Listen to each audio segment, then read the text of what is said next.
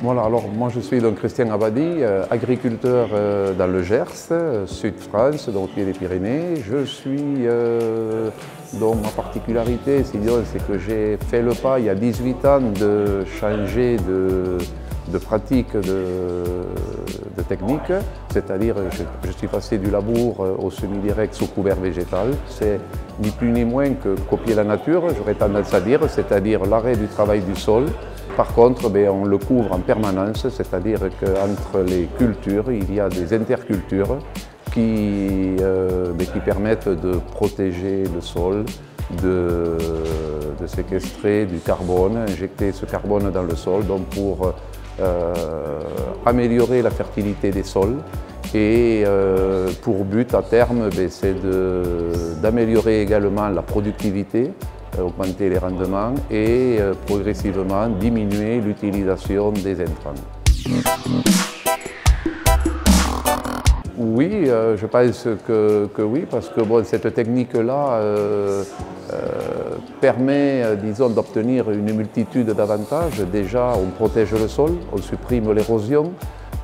Personnellement, donc, je suis sur des sols, des limons battants très fragiles, qui étaient descendus à 1,5 de matière organique, où l'érosion fait énormément de dégâts, notamment les agnés un peu capricieuses au niveau pluviométrie. Le fait de le couvrir, c'est vrai que supprime en partie l'érosion des sols, donc les pertes de terre, et en plus, disons, permet de gagner en fertilité, protège l'activité biologique des sols. La chimie est également, même si je ne suis pas en bio, elle est énormément regardée de près, c'est-à-dire que l'utilisation des fongicides et insecticides, par exemple, a pu être supprimée. En herbicide, un peu pareil, grâce à la couverture des sols, je commence à jouer là-dessus justement pour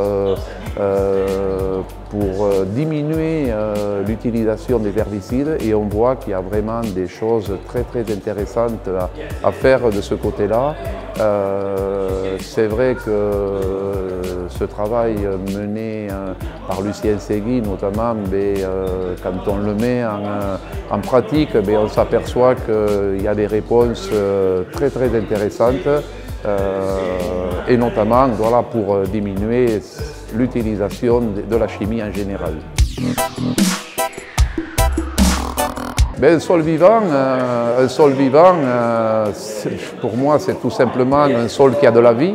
Donc, alors, c'est vrai que les êtres que l'on voit en premier, c'est les vers de terre, puisque c'est les grosses bestioles, je dirais, mais dessous, il y a tout un tas de bactéries, de champignons, enfin, ce sont des millions ou des milliards d'êtres vivants qu'il y a sous nos pieds. Et c'est vrai que quand on s'intéresse un peu à la biologie des sols, on s'aperçoit que quand on travaille dans le bon sens, c'est-à-dire essayer d'amener le plus de carbone possible, réduire le plus possible la chimie, voire dans certains cas faire des impasses, on voit qu'il y a une réponse du sol, et un sol qui fonctionne de mieux en mieux.